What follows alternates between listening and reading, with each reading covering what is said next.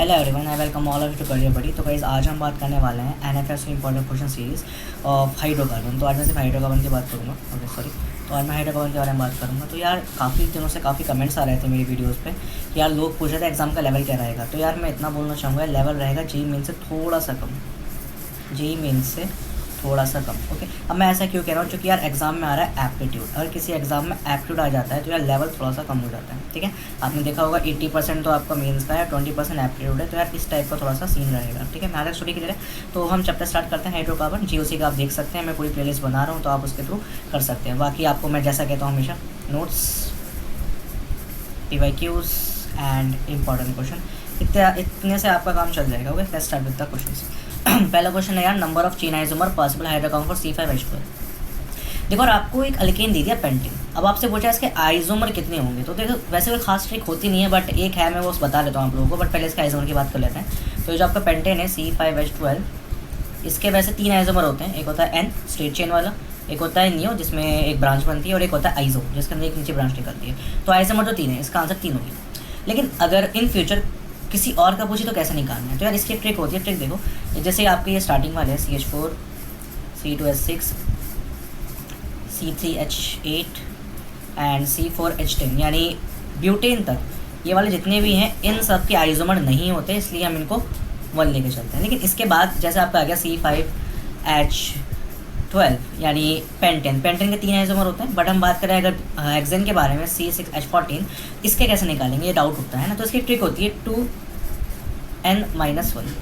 अब यहाँ पे जो N है ये होता है जो आपका अल्केन है उससे पीछे वाला अल्केन। ओके, तो यहाँ पे N के वैल्यू 3 रखेंगे, तो 2 × 3 -1। ओ सॉरी, मैंने आगे लिख दिया 1, मैं इसको रेज करता हूँ।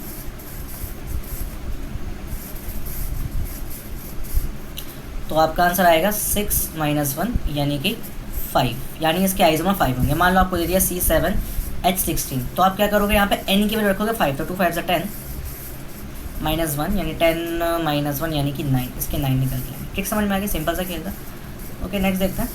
सो नेक्स्ट वी हैव, इसका नाम लिखना है। तो यार नाम लिखने के लिए आपको चाहिए होता है 3 रूल। पहला होता है सिलेक्शन ऑफ लॉन्गेस्ट चेन, आपको लॉन्गेस्ट चेन सेलेक्ट करनी होती है। सिलेक्शन ऑफ लॉन्गेस्ट चेन, ठीक है, selection of longest chain. Longest chain के लिए हम सबसे ज़्यादा कार्बन काउंट करते हैं। तो देखते हैं यहाँ पे 1 2 3 4 5 6 7 8, ये 8 की बैटरी है। चलिए देखते हैं 1 2 3 4 5 6 7, ठीक है। वैसे ये भी 8 की होनी चाहिए, 1 2 3 4 5 6 7। हाँ, ये 7 की बैटरी है, तो लॉन्गेस्ट 8 की होगी सीधी वाली। तो हम वाली चेन ले रहे हैं लॉन्गेस्ट चेन। अब देखो नंबरिंग इस हिसाब से करनी है कि जहाँ पे आपके ग्रुप ज़्यादा हैं, तो नंबरिंग मैं यहाँ से करूँगा। ठीक है, let me change the colour for numbering. चलो ब्लू ले लेते हैं, यहाँ से करते हैं 1 2 3 4 5 6 7 8। अब ये जो बच गए साइड में से, ये CH3 बच गया आपका, जिसे हम मिथाइल पढ़ते हैं। इसके अलावा आपका ये पूरा यूनिट जो है, ये भी काउंट करना भाई, कार्बन, ये इथाइल हो गया। ठीक है, तो ये आपके 3 मेरे 2 बच गए यहाँ पर। तो यहाँ पे सवाल उठता है कि इनको लिखेंगे कैसे। तो हम यहाँ पे यूज़ करते हैं अल्फ़ाबेटिकल ऑर्डर। आप यहाँ पे यूज़ करेंगे अल्फ़ाबेटिकल ऑर्डर। ठीक है,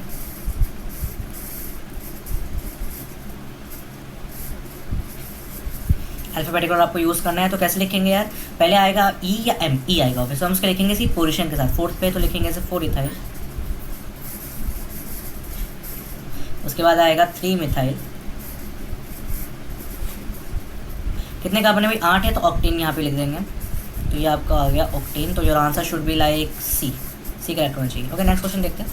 सो next we have this reaction. इसे वैसे आप लोगों ने शायद नोट्स में पढ़ा होगा, इसे हम वुड्स रिएक्शन कहते हैं। कैसे प्रोसीड होता है, यहाँ पे आपको दे रखा है CH3Br और 2 बार सोडियम आपको दे रखा है 2Na, और फिर आपको Br मतलब सेम मॉलिक्यूल आपको रिपीट कर दिया, और ये रिएक्शन प्रोसीड करता है in presence of dry ether.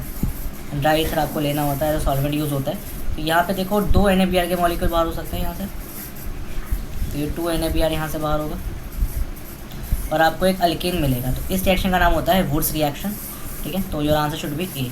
ठीक है, अब हम बात करते हैं विच of the following set contain atom और ग्रुप हैविंग। अच्छा, ये मैंने पहले करा दिया था, इसका आंसर C था, शायद यहाँ रिपीट हो गया गलती से। ओके, बट कोई बात नहीं, इसका मैंने आपको लॉजिक समझा दिया था। ठीक है, नेक्स्ट देखते हैं।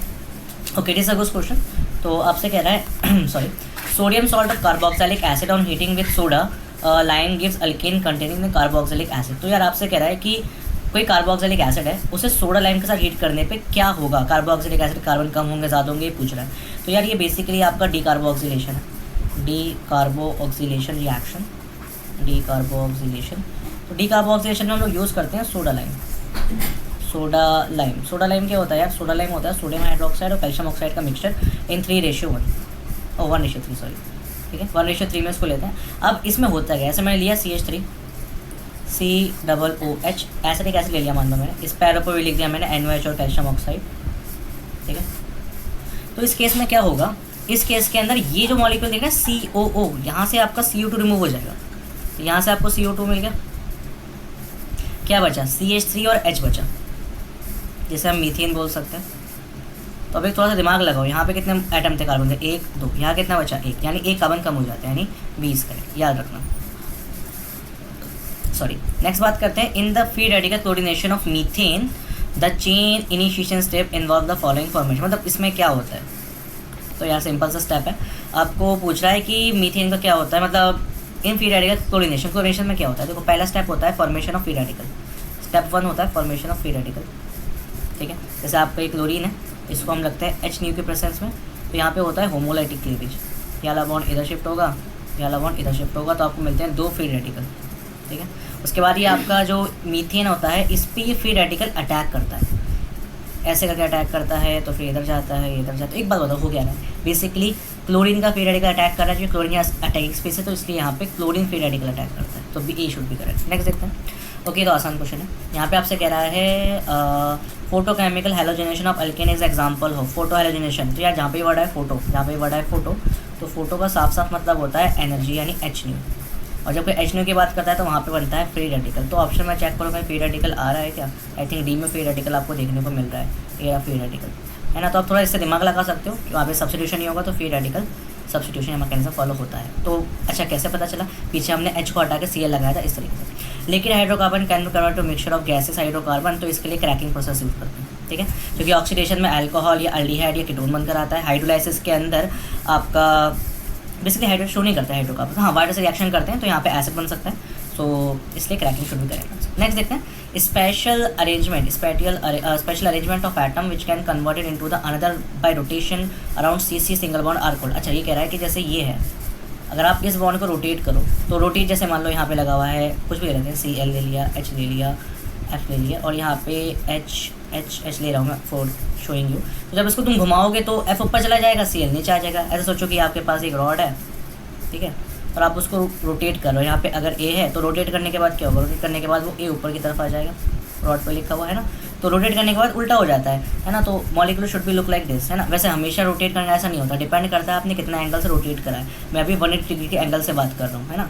तो भी हमारे पास ऐसा आ जाएगा, F नीचे ऊपर आ जाएगा, Cl नीचे आ जाएगा। देखो रोटेट करने के बाद चेंज हो गया, तो ये जो स्ट्रक्चर चेंज होकर आया है इसे हम बोलते हैं कन्फर्मर। याद रखना, इसे हम बोलते हैं कन्फर्मर या कन्फर्मर जो आप बोलना चाहो, it will be known as conformer, so D should be correct। कह रहा है यार which of the following statement are correct regarding structure of methane, में से कौन सा करेक्ट है वो आपको ऑप्शन देखना है। मीथेन है टेट्राहेड्रल स्ट्रक्चर, जी हाँ टेट्राहेड्रल स्ट्रक्चर होता है, क्योंकि 4 बॉन्ड लगे हुए हैं, तो ए तो करेक्ट, 1 तो करेक्ट है।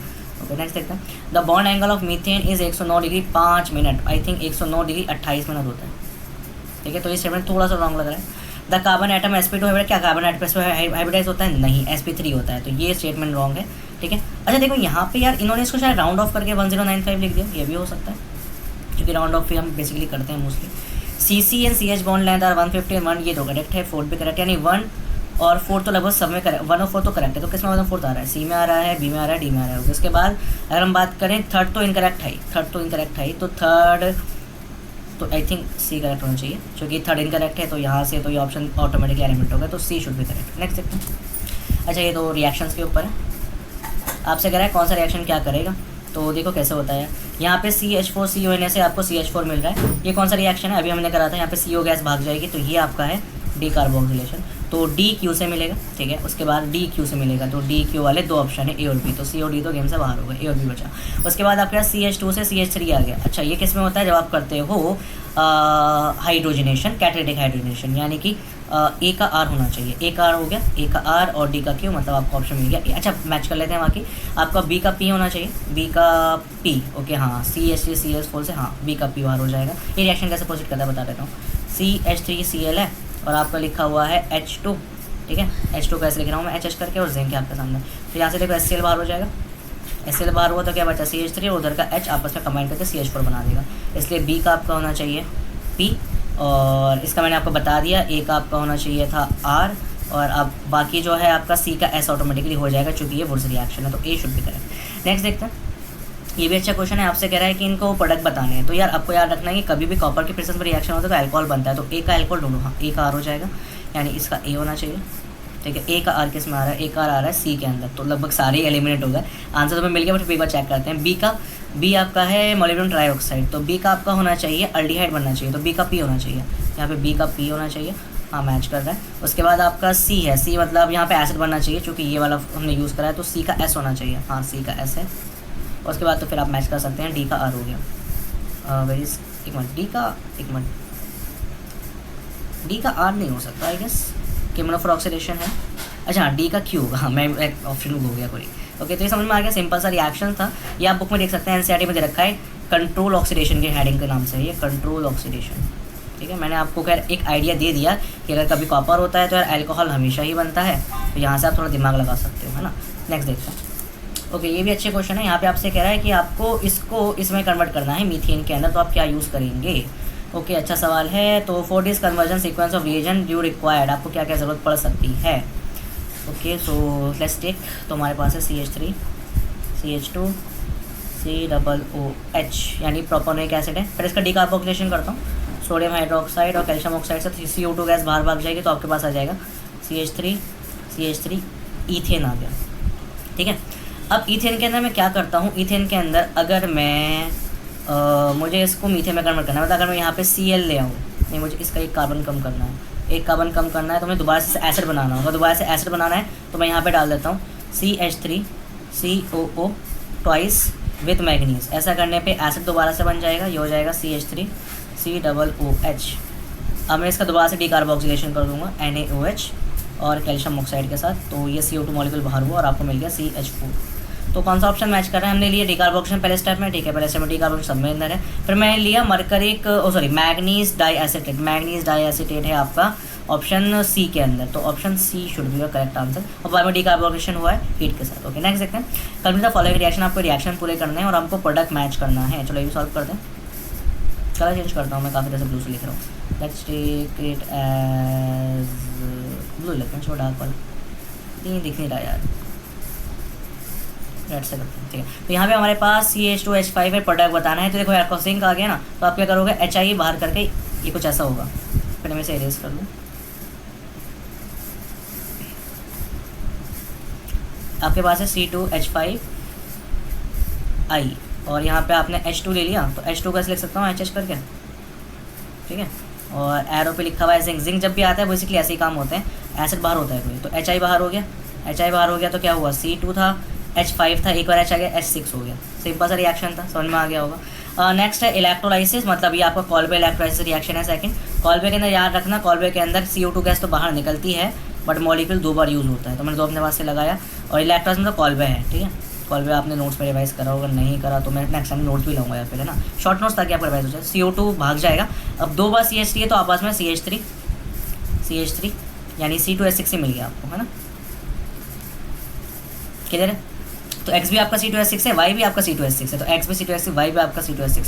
तो A में ऐसा हो रहा है और किसी में तो नहीं हो रहा, मतलब A करेक्ट होना चाहिए। और देखते हैं, ये देखो यहाँ पे ये वाला जो है, इन्हें हम लोग बोलते हैं एरोमेटाइजेशन के, ये एरोमेटाइजेशन कराते हैं, एरोमेटिक कंपाउंड बनाते हैं। इसकी ट्रिक क्या होती है, आप कार्बन काउंट करोगे, कार्बन 6 है तो बेंजीन बनेगा, 7 है तो बेंजीन बना के जो कार्बन एक्स्ट्रा बचा है उस पर डाल दो। ऐसे हमें क्या रखा है, 1 2 3 4 5 6, 6 मतलब बेंजीन बनेगा, तो बेंजीन होता है C6H6, तो Z आपका बनेगा बेंजीन। लिख देता हूँ ये भी, चलो ये है CH3, उसके बाद 4 बार रिपीट होगा ये, तो उसके बाद फिर CH3 मैं शॉर्ट में लिख रहा है ना।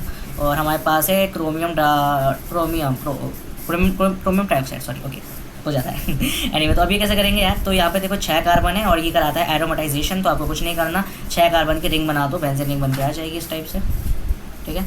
और बेंजीन रिंग जो आपकी होती है वो होती है C6H6, ओके, पूरा लिखता हूँ C6H6। तो option number A should be correct. समझ में आया, सिंपल सा क्वेश्चन था। तो यार इस क्वेश्चन में यार एक बात समझ में आ गई होगी, भाई रिएजेंट बहुत इंपॉर्टेंट है, आपको रिएजेंट पता होना चाहिए और नेमिंग रिएक्शन तो आपको आने ही चाहिए। नेमिंग रिएक्शन सुपर इंपॉर्टेंट है, आपको होना चाहिए। नेक्स्ट देखते हैं। ओके, ये अच्छा क्वेश्चन है यार।